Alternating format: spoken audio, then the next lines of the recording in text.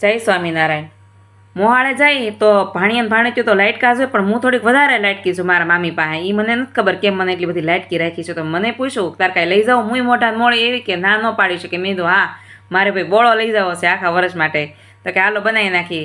તો કિલો મેથીના કુરિયા હતા ને એની સામે કિલ્લા ઉપર તેલ લીધું મામી અને ગરમ કરવા મૂકી દીધું ચૂલા ઉપર. અને ચૂલાનો બોળો તો ભાઈ આપણને તો કંઈક અલગ જ લાગે ને, આપણે ત્યાં ગેસે રાંધતા હોય તે.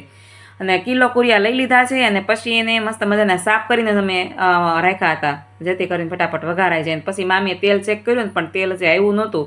તો મામી કે તેલ નથી આવ્યું, ચાલ તને હું બીજું પણ શીખવાડું. આ મારા શીખવા માટે વિડીયો છે ને, એમાં કંઈ ભૂલ હોય તો કહી દેજો, કારણ કે આવતા વર્ષે મારે બનાવવાનો છે આ વર્ષે જ.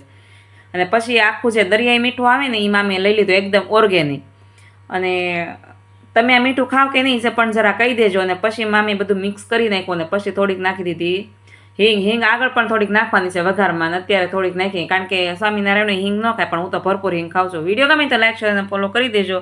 અને યુટ્યુબમાં ક્યાંક આડી આવું તો જરા સબસ્ક્રાઈબ પણ કરી દેજો. અને કંઈક ભૂલ હોય તો પ્લીઝ મને કહેજો પણ કે હવે આમ બોળો વઘારાય કે ન વઘારાય. કારણ કે મારા આખા વર્ષનો બોળો મારી આઈમાં વઘારતા અને બસ આપણું તેલ મસ્ત મજાનું હવે આવી ગયું એવું મને લાગે છે. કારણ કે મામીએ કીધું હતું કે ભાઈ આ તેલ આવી ગયું છે ભાણીબેન.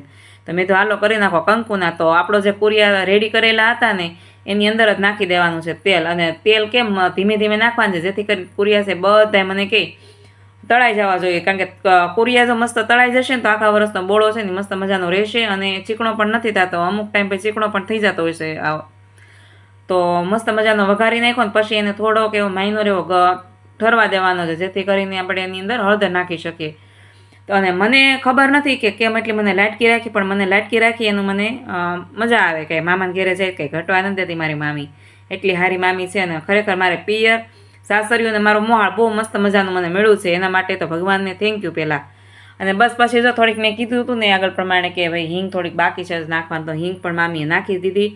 અને પછી નાખી દીધા એણે વરિયાળી. આમાં કોઈ મેજર માપ નહીં. અમે તો જો ભાઈ અટકળ જ બનાવીને અટકળ જ રાંધવાવાળા માણસો છીએ, એટલે ટેબલ સ્પૂન ને 1 ટેબલ સ્પૂન એવું અમને પોહાય નહીં. જે કરવું હોય ને એ બધું અટકળે શીખા જઈએ. અને ચપટી અને મુઠ્ઠીએથી નાખવાનું, કારણ કે ચમચીની કંઈ મજા નથી. અને જે ચપટીએ નાખી નહીં ચમચીની મજા નથી ને એટલે. અને પછી મામીએ નાખી દીધી ઘણી બધી વરિયાળી, કારણ કે અમે વરિયાળીવાળો જ બોળો ખાઈએ છીએ અને લાગે પણ ટેસ્ટી. તમે આમાં શું શું નાખો ને જરા કહી દેજો. તો મારે આ વર્ષે બનાવવાનો છે તો મને ખ્યાલ આવે કે શું આમાં મામીએ એડ કર્યું છે ને શું નથી કર્યું.